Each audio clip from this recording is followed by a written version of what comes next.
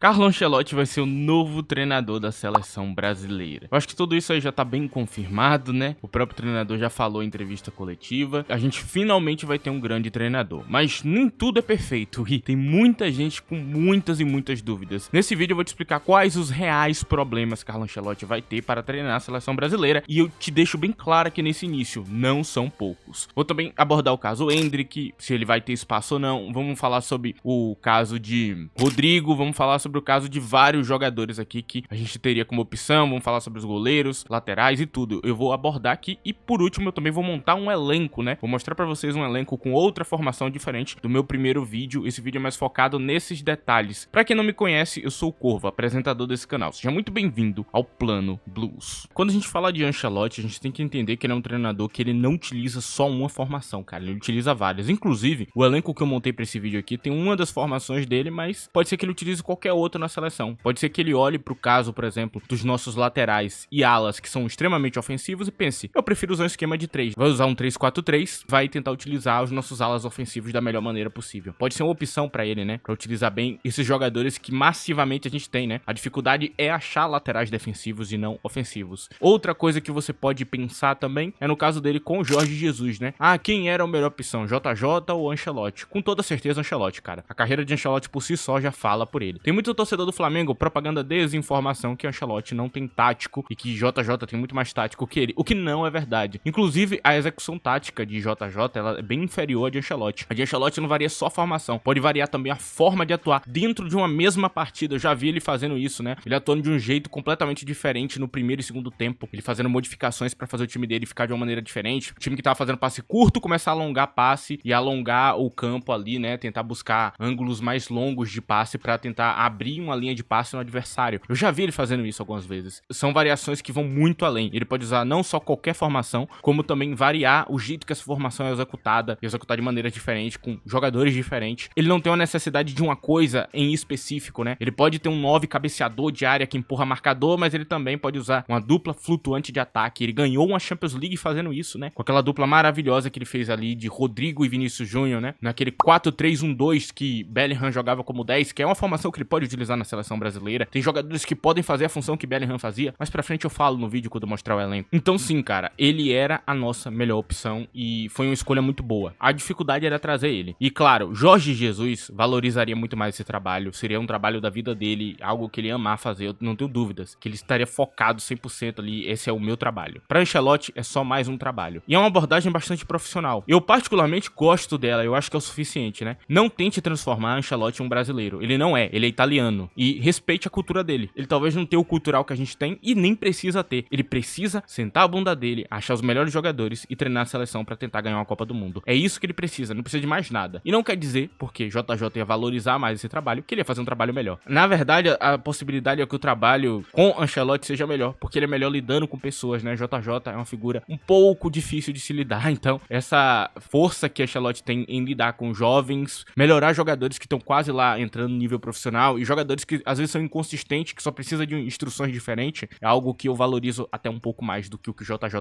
faz. Outro detalhe que você precisa saber é a dificuldade dele com jovens. Por que ele não lida bem com jovens? Não é que ele não lida bem, na verdade ele é muito bom, inclusive ele transformou Vinícius Júnior em uma máquina. Ele pegou os problemas de Vinícius Júnior e jogou fora. Ele não lida bem com jovens incompletos. E aí a gente entra no X da questão. Ele prefere jogadores mais velhos e prefere jogadores prontos. Por quê? Porque a ideia dele não é super bem pensada como a de Guardiola, onde o sistema por si só vai prover pro cara. Então se o cara não souber fazer alguma coisa, ele vai instruir o cara até ele conseguir fazer. Aqui não é assim. Aqui é um sistema onde ele vai dar liberdade pro jogador, o jogador vai poder tomar decisões por ele mesmo, vai poder brilhar. Não vai ficar preso a fazer coisas como fica, por exemplo, jogadores que estão jogando o guardiolismo. Tem que fazer X coisa em campo e aí ele não pode jogar do jeito que ele quer. Não, ele vai poder jogar do jeito que ele quer e vai seguir as instruções ali que o treinador vai dar pra ele a cada partida. A depender dessas instruções, ele pode mudar alguma coisa aqui e ali, mas ele vai poder ser o mesmo jogador que ele é sempre, né? Isso traz um ônus e um bônus. Essa liberdade tira o melhor do jogador, ele faz ele jogar o melhor futebol, o que é bom para jogadores brasileiros que têm tanto talento. O ônus que esse jogador tem que ser mais completo, porque ele vai ter que tomar decisão por ele mesmo, ok? Em algumas situações que no guardiolismo, ele não vai precisar tomar por ele mesmo. A formação vai tomar por ele. Ele não precisa pensar tanto. As coisas já tá pensada pra ele já sabe o que ele tem que fazer. Então, são detalhes assim pequenos que mudam completamente como você enxerga a coisa. E sim, é positivo. Só que óbvio, vai ter jovem que é incompleto, que não vai jogar. Tem muita gente que tem expectativas irreais as coisas. Como com o Vitor Roque. Eu falei aqui nesse canal que eu não achava Vitor Roque do nível de Endrick, que eu não achava que ele teria essa carreira toda. E ele não teve.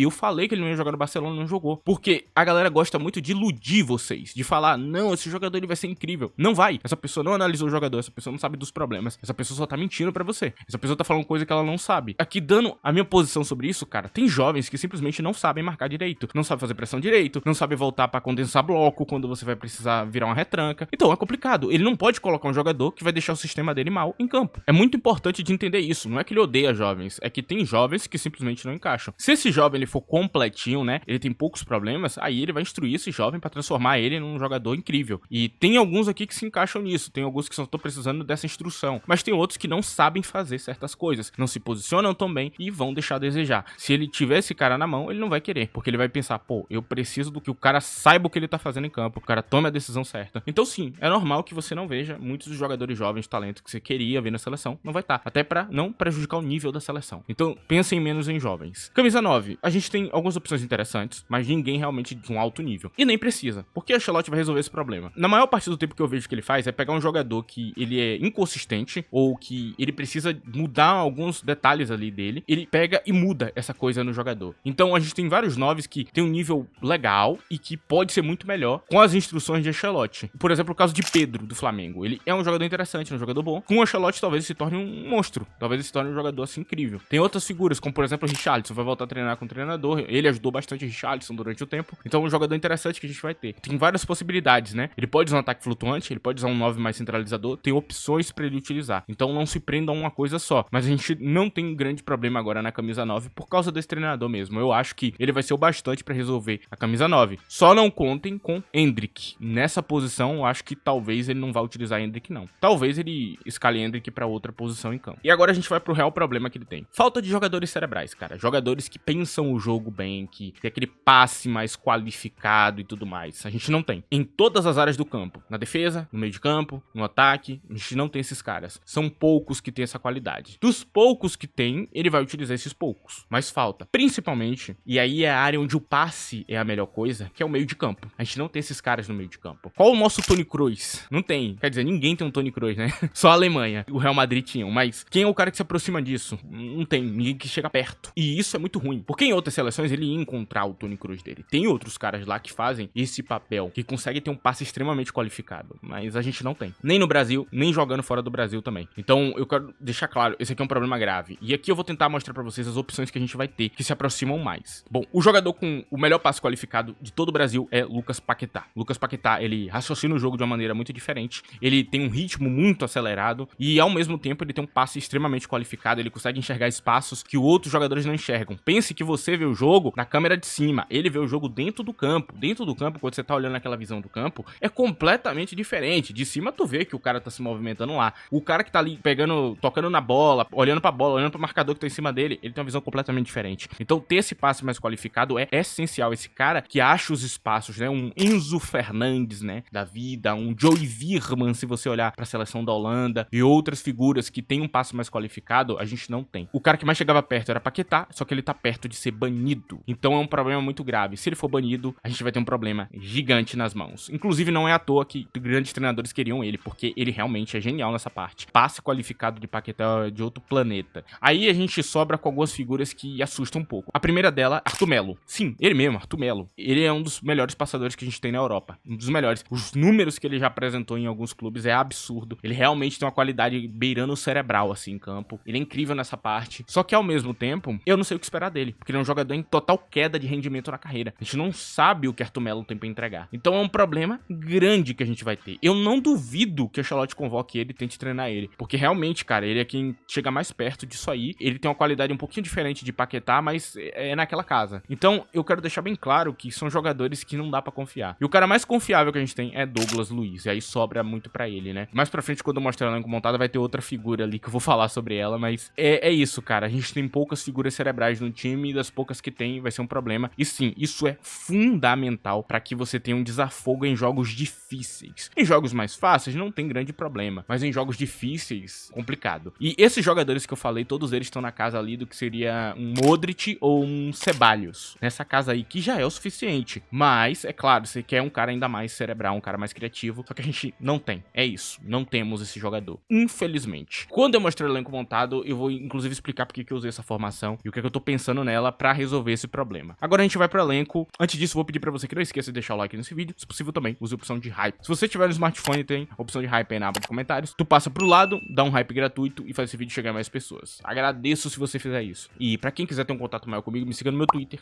@ddcorvo, tá aí na tela. Lá eu comento futebol diariamente, eu comento as coisas que estão acontecendo no futebol. Inclusive, comentei, né, a chegada de Ancelotti. Agora vamos lá. Bom, lembra que eu falei da formação 4-3-1-2? Sim, trio de ataque seria esse aqui, cara. Ele jogando na posição, né, de Bellingham, Rafinha jogando nessa posição. Então, tá respondido essa questão aí pra quem vai se questionar. E sim, eu evitei colocar jovens talentos aqui. Só tem um. Enfim, no gol, a gente tem Alisson e Lucas Perry. O cara que mais se aproxima de Courtois é Alisson. Então, ele é escolhido, não tenho o que questionar sobre isso. Na zaga, eu mantive Éder Militão e Bremer na direita e Gabriel Magalhães e Alexandro Ribeiro na esquerda. Primeiras explicações. O que é que ele precisa de um zagueiro? Um zagueiro forte fisicamente, rápido e que tem um nível de marcação muito acima da média, que seja bom de cabeça e que ainda conserve alguma qualidade de passe. Todos esses jogadores que eu coloquei aqui cumprem esse papel. São homens fortes, assim, com ótimo posicionamento, centralizadores que vão ajudar na marcação, até pra lidar com aqueles blocos mais densos que a gente vai ter, né? Basicamente é isso. Ele também gosta de ter um jogador para rastrear os outros, né? Uma função que ele utiliza muito em Rudiger. Aqui a gente tem algumas figuras que fazem isso, principalmente o tal do Alexandro, que tá no banco. Até por isso ele foi escolhido. Dizem, inclusive, que ele vai convocar ele. Se ele for convocar, acreditem, é muito nessa casa de ter um substituto pra um Rudiger da vida. E basicamente é isso. Eu mantive Magalhães como titular por causa da fase. Magalhães tá jogando muito, ele não pode ficar de fora. E não é porque não vai ser futebol moderno que ele vai jogar mal. Na realidade, tem muitas coisas que Magalhães faz que vários treinadores que não são modernos gostam. Que, por exemplo, o jogo de cabeça dele, os gols de cabeça, coisa que ele vai utilizar, a bola parada, ele gosta. Então, a gente vai ter uma certa vantagem em ter esse tipo de jogador. E basicamente é isso, cara. Não tem muito mais o que falar. Se você quiser algumas informações sobre Alexandro, ele é um zagueiro extremamente rápido, com boa qualidade de passe. Ele é um zagueiro extremamente interessante. A grande força que eu vejo nele, dos jogos que eu vi do Lille, é que ele gruda no cara, mano. Ele é muito chato, ele consegue perseguir jogadores extremamente rápidos. Isso é muito interessante. Então, ele é um jogador meio diferente aí que a gente vai ter, mas que tem muita qualidade, ok? Eu acho, inclusive, que ele vai pra time maior muito em breve. É um jogador que eu conheço já há bastante tempo e que eu gosto. Gosto de ver ele jogando e joga bem. Na lateral direita, nós temos Wanderson e Emerson Royal. Sim, você pode questionar algumas dessas figuras e eu compreendo. Nós temos também Caio Henrique e Carlos Augusto. E o que é que a gente tem aqui? Em primeiro lugar, tem um padrão aqui que tem, né? Nessa formação que eu montei. Que são jogadores que marcam bem, que tem um nível de defesa interessante, principalmente três figuras aqui, né? Caio Henrique um pouco menos, mas principalmente são jogadores que conservam um passe de qualidade, né? Todos eles têm um passe interessante. Você nota que Emerson Royal destaca exatamente isso, cara. Ele passa bem e ele também marca muito bem, né? Ele marca quase como um zagueiro. Então, eu, pra manter laterais defensivos, trouxe essas figuras. Os mais defensivos estão no banco de reserva e os que são mais equilibrados estão como titulares, né? Caio Henrique é o nosso lateral com o melhor passe qualificado que a gente tem. Não é um lateral cerebral. E existe, ok? Existem laterais cerebrais, existem. Mas ele é um lateral com passe ótimo. E, inclusive, eu já falei, né? Que ele lembra muito David Raum do RB Leipzig, que é um jogador que tem um passe incrível, assim, um passe-chave de muita qualidade em qualquer canto que ele tá. Ele consegue achar uma jogada-chave. Caio Henrique é muito nessa casa. Eu amo os passes de Caio Henrique, cara. Eu acho que ele é um jogador diferentaço que eu não entendo porque não é convocado. Tinha que ser convocado, porque, cara, a gente não tem esse tipo de jogador. Falta demais um cara que realmente com passe de qualidade aqui. No meio de campo, nós temos Casimiro e Andrei Santos. Andrei Santos é o único jovem que tá aqui por causa do talento dele, cara. Ele não tem grandes problemas. Eu, pelo menos, não consigo enxergar no jogo dele grandes problemas, nem de posicionamento, nem de nada. E ele tem um talento absurdo. Ele provavelmente é o nosso volante mais promissor que a gente tem pra substituir Casimiro. Ele tem um nível altíssimo hoje, então ele pode já jogar na seleção brasileira. A temporada dele, cara, ele parece que é um dos jogadores do Paris Saint-Germain. Ele tá em nível com os jogadores do Paris Saint-Germain, pra você ter noção, jogando no Estrasburgo. Então, ele é um jogador que tem que estar aqui já pro próximo ciclo. Outra opção que a gente tinha é o tal do Bruno Guimarães, que eu evitei colocar aqui no elenco comum. O principal seria talvez uma quinta opção, por causa da questão, né, do jogo cerebral. O Bruno Guimarães é um jogador de jogadas rápidas, um jogador de box-to-box. É muito criativo, mas não é cerebral. Ele é mais um jogador de jogadas rápidas, que enxerga o espaço rápido, que faz jogadas rápidas e que joga outro jogo. Pode jogar como 5, né? Ele pode ser uma opção aqui na opção de Casimiro. E aí nós temos Lucas Paquetá e Gabriel Sara. E aqui mora o grande problema, né? Paquetá banido, o que é que a gente faz? Agora eu vou mostrar pra vocês. Bom, eu traria Gabriel Sara para a titularidade do time. Ele é um jogador com passe muito qualificado. Ele é bem criativo, inclusive em bola parada, né? O set pieces, ele é muito forte nessa parte. Ele também é um jogador que, cara, ele tem uma visão de jogo assim maravilhosa, assim, pra achar espaço. Então, ele é uma figura muito boa pra cá. Eu prefiro ele a Andréas Pereira. Inclusive, eu acho o Gabriel Sara um jogador melhor que Andréas Pereira. Eu já falei muito bem dele em outros vídeos, né? Coloquei ele dentro do elenco do Arsenal. Eu acho ele um jogador muito bom e eu não entendo o que infernos ele tá fazendo no Galatasaray. Ele tem nível pra jogar em time grande, cara, eu não tô brincando. Pode não ser o titular, mas é uma opção sólida pra você ter. Na reserva dele, eu trouxe o tal do Douglas Luiz exatamente pra isso. Mas eu volto a repetir o que eu falei lá atrás. O nosso melhor passador ainda é Lucas Paquetá. Não tem saída, cara. Ele é o único cara que realmente é exatamente o que esse treinador precisa pra essa dupla, ou pra o trio, né? Pra ser um trio ali no meio de campo, se ele utilizar o 4-3-3, né? Ou uma linha de 3 em outra formação. Enfim, e aí a gente tem o nosso camisa 10 aqui, Rafinha e Matheus Cunha, como 10, né? Na ponta direita nós temos Rodrigo e Antony, e eu vou explicar tudo. E na ponta esquerda nós temos Vinícius Júnior e Savinho. Por último, como camisa 9, nós temos Rodrigo Muniz e Richarlison. Bom, explicando sobre o 10. Como a gente não vai ter 3 figuras no meio de campo, a gente não tem meias o suficiente pra isso. Ele pode até, sei lá, tentar imitar um meio de campo que ele já fez, né? Que é tentar colocar um cara mais pensado de um lado, um Valverde do outro, e no caso seria um Bruno Guimarães, esse Valverde e Casemiro de 5. Ele tem esse tipo de opção pra fazer, ok? Mas eu acho que o melhor é usar uma dupla de volantes, porque, volto a falar, a gente não tem qualidade suficiente pra isso. E aí vem o nosso camisa 10, cara, nosso camisa 10. Usar um camisa 10 que consiga não só montar o jogo, que é algo que essas figuras que eu coloquei aqui conseguem, né? Eles são muito bons em ganhar espaço e tudo mais, como também chegar à linha de ataque ali, aproveitando o espaço que esse 9 que vai empurrar a marcação vai dar. É um tipo de estratégia que ele já utilizou no Real Madrid e em outros clubes, ok? Usar um 9 mais centralizado e usar um cara ali atrás do 9 pra poder pegar esse espaço e garantir uns gols ali. As figuras que eu trouxe aqui, né, Rafinha, cumpre muito bem esse papel. Antony está na direita do campo porque ele tá numa fase muito boa, não vale a pena desperdiçar, e o encaixe dele com o treinador é bom, então não vejo sentido em ele não ser convocado. Ele tem que ganhar pelo menos uma oportunidade aí, eu acho que é uma boa. Rodrigo tá na ponta aqui, eu já falei do problema da balança de Rodrigo, né, que ele gosta muito de pisar à esquerda do campo pra buscar um ângulo de chute. Aqui não é um problema, é um problema no Real Madrid, porque tem 4 caras no Real Madrid que quer o mesmo espaço que ele. Aqui a gente não tem esse problema, aqui a gente tem 2 jogadores que podem pisar mais à direita do campo, que é tanto o camisa 9 quanto o Rafinha. Se o Rodrigo quiser se disposicionar um pouco, o Rafinha pode tomar o lado dele do campo, e aí ele ficar como 10. Existe até a possibilidade de Rafinha jogar na ponta direita e Rodrigo jogar como 10 em campo. É uma possibilidade real de acontecer, ok? São jogadores que conseguem cumprir mais de um papel em campo, então é uma possibilidade que a gente tem. Por último, Savinho. Savinho é melhor na direita do campo, mas ele não deixa a desejar quando joga adaptado. Não deixa a desejar nem um pouquinho mesmo, cara. Ele consegue jogar muito bem adaptado na esquerda do campo, e é um jogador que claramente é melhor que Antony. Eu não vou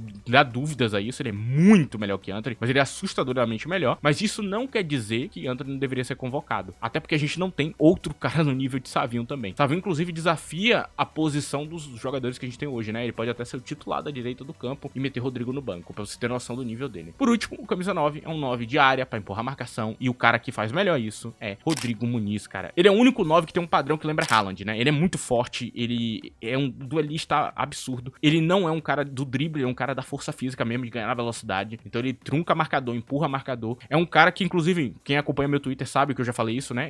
No jogo do Fulham contra o Chelsea, eu sou torcedor do Chelsea, eu dei graças a Deus que ele não tava em campo, porque, cara, é muito difícil lidar com ele. Ele é muito perigoso, ele é muito bom de cabeça, ele é muito bom em duelo físico, no chão e no ar. Então é um negócio absurdo. Ele é um tanque de guerra, ele é quem mais se aproxima desse perfil que a gente não tem, não existe. Se eu tentar achar um segundo jogador que faz isso, eu não acho. Você acha jogadores que se aproximam disso, que fazem algo parecido, mas não que fazem igual. E um deles é Richarlison, tem outras figuras também que tem aqui no Brasil, tem figuras também que estão na Europa que fazem algo parecido ali, mas nenhum igual a ele. Então ele é a nossa melhor opção pra ter um homem de cabeça, e ele ainda é uma figura de transição de extrema segurança. No Fulham ele é ótimo nas transições do Fulham, ele é perfeito assim, pega, faz parede, faz um passe inteligente, consegue deixar alguém na cara do gol, sabe a hora de passar também quando tá dentro do box ali, né, dentro da área. E basicamente é isso porque eu escolhi essas figuras, e no meu pensamento talvez essa seja a melhor forma de executar a seleção brasileira. É claro que ele pode pensar de maneira diferente, ele pode até achar outra solução que eu não sei, até porque eu não tenho o nível dele, eu não sou treinador de futebol. O Ancelotti sabe muito mais de futebol do que eu, então talvez ele veja outra solução que eu não enxerguei. Mas pra mim a melhor solução é usar um 4-2-3-1 com um 9 ali mais truncador, pra gente ter espaço nas outras figuras que vão ganhar com os marcadores mais afundados, e são figuras que sabem aproveitar muito bem. Os 3 que eu coloquei aqui são maravilhosos nisso. E como é que a formação vai funcionar, cara? A gente tem um 5 que vai dropar, e vai ter uma figura de transição aqui no meio de campo, que novamente era o Toni Kroos, né, que ficava distribuindo bola. O 5 ficava mais pra marcação e ajudando também, né, na distribuição de jogo. Também Casemiro é bem criativo. Os laterais ficam mais abertos, assim, nos lados do campo, só que eles estão postados pra marcação, pra fechar o espaço aqui na marcação quando acontecer. E aí o que acontece é a distribuição de bola ficar nessas 3 figuras, definir aqui no CM, né, o Central Midfier, que define o jogo. Quando isso acontecer, o que ele pode fazer, né, se não tiver espaço no meio de campo, lateralizar. Faz um passo pra um lateral, o lateral sobe, o outro fica mais posicionado, a dupla de meio de campo, e esse lateral sobe pra fazer uma jogada aqui junto com ele. dele, e aí chega no ataque. Basicamente é isso, e depois o lateral já desce, porque ele não é um lateral muito ofensivo, raramente ele usa laterais ofensivos demais, e ele não gosta, acaba atrapalhando na marcação dele, ele prefere um lateral que conserve um nível de marcação bom. E, resumidamente, é isso, cara, é assim que funciona normalmente a saída de bola dele. O ataque, ele pode acabar variando, né, ele pode usar Rafinha bem inserido aqui, aproveitando espaço vazio, ele pode usar Rafinha um pouco mais no meio de campo, né, pra construir mais o jogo, usar os passes de Rafinha de maneira inteligente, Rafinha passa muito bem, munir o ataque com 3 figuras, né, aí Rodrigo Muniz afunda a marcação, aí ele consegue fazer um pivô, faz um passe pro lado, o Rodrigo sai aqui perto do gol, o Vinícius sai perto do gol também desmarcado, porque eles vão ter que lidar com um cara mais forte, então o Vinícius talvez não seja tão bem marcado. Se eles não decidirem marcar Rodrigo Muniz, o que é uma idiotice, mas enfim, o que vai acontecer é que o Rodrigo Muniz vai ficar muito livre na área. Aí o que pode acontecer? Vinícius puxa a marcação, faz um passe pra Caio Henrique